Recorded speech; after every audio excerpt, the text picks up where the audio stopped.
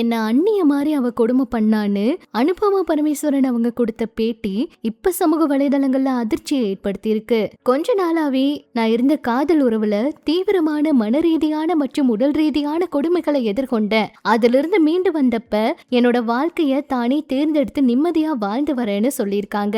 மலையாளம், தமிழ், தெலுங்கு உள்ளிட்ட பல்வேறு மொழிகள்ல நடிச்சு பிரபலமானாங்க அனுபமா. கடந்த ஜூலை மாதம் தன்னோட இன்ஸ்டா பக்கத்துல இன்னைக்கு இருந்து நான் என் குரலை தேர்ந்தெடுக்கிறேன், என் வாழ்க்கையை தேர்ந்தெடுக்கிறேன், இனி யாருடைய அனுமதியோ தேவையில்லை, பயமும் இல்லை அப்படின்னு பதிவிட்டு இருந்தாங்க.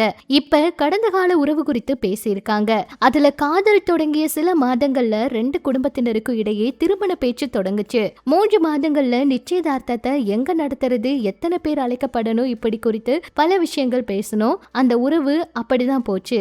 ஆனா தனக்கு ஏற்பட்ட அச்சம் காரணமா நிச்சயதார்த்தத்தை தொடர்ந்து தள்ளி போட்டேன். அந்த உறவுல நான் நிறைய அனுபவங்கள் எல்லாம் சந்திச்சேன். ஒரு நாள் அளவுக்கு அதிகமான அன்பை வெளிப்படுத்துற நபர் அடுத்த நாளே முற்றிலும் மாறி கொடூரமா கட்டுப்படுத்துற மனப்பான்மையோடு நடந்து கொள்வாருன்னு தெரிய வந்துச்சு. அதுக்கப்புறம் குழந்தைய போல அழுது மன்னிப்பு கேட்டேன். இனி இந்த மாதிரி நடக்காதுன்னு உறுதியளிச்சாரு. இந்த மாற்றம் எல்லாம் தொடர்ச்சியா ஒரு சுழற்சியா மாறி அந்த நபர் இல்லாம தன்னால் வாழ முடியாதுங்கிற மனநிலைக்கு என்னை தள்ளி விட்டுட்டாரு. தன்னோட முன்னாள் காதலரோட குணமாற்றங்களை நடிகர் விக்ரம் நடித்த அந்நியன் திரைப்படத்தோட கதாபாத்திரங்களோட ஒப்பிட்டு பேசின அவங்க அந்த நபரை புரிஞ்சுக்கிறதே கஷ்டமாயிருச்சு. தான் என்ன உடை அணியணும் இப்படியெல்லாம் கூட அனுமதி பெற வேண்டியதாயிருச்சு.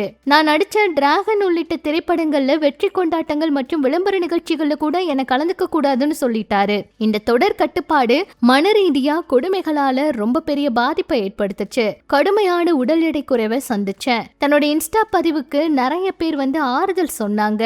அதுக்கப்புறம் தான் நிறைய விஷயங்கள் நான் பேச ஆரம்பிச்சேன். மன ரீதியான கொடுமைகள் குறித்து நிறைய பேர் வீடியோ பேசியிருந்தாங்க. என்ன போலவே நச்சு உறவுகள்ல சிக்கி தாங்கள் எதிர்கொள்வது வன்முறை என்பதை உணராம பல பேர் தவிர்த்துக்கிட்டு இருக்கீங்க. அவங்களுக்கு விழிப்புணர்வு ஏற்படுத்துற நோக்கில தான் இந்த அனுபவத்தை நான் பொது வெளியில சொல்றேன். நான் காதலரோட பெயரெல்லாம் குறிப்பிட விரும்பல, இருந்தாலும் வெளிப்படையா இந்த விஷயத்த சொல்றேன் அப்படிங்கிற மாதிரி அவங்க பேசியிருந்தாங்க. நடிகர் துருவ் அவங்கள தான் இவங்க குறிப்பிட்டு பேசுறாங்களா? துருவ் அவர் தான் காரணமா? துருவ் அவர் கூட இவங்க 2 பேரும் சேர்ந்து பைசன் படத்துல நடிச்சாங்க, காதலிக்கிறதா செய்திகள் வந்துச்சு. இவங்க 2 பேருக்குள்ள இருந்த காதல் தான் இப்படி எல்லாம் மாறிடுச்சா அப்படின்னு பல கேள்விகளை கேட்க வச்சிருக்கு. துருவ் அவருடைய விஷயங்கள் தானா அப்படின்னு இன்னும் உறுதியா தெரியல. அவங்க 2 பேரும் தான் காதலிச்சாங்களாங்கிற உறுதியான விஷயங்களும் தெரியல. ஆனா சமூக வலைதளங்கள்ல துருவ் அவரை வச்சுதான் இப்ப தேவையில்லை இல்லாம அனுபமா அவங்களும் துருவ் அவங்களும் காதலிச்சாங்க, இவர் இவ்வளவு மோசமானவரானெல்லாம் கூட பேசிக்கிட்டு இருக்காங்க.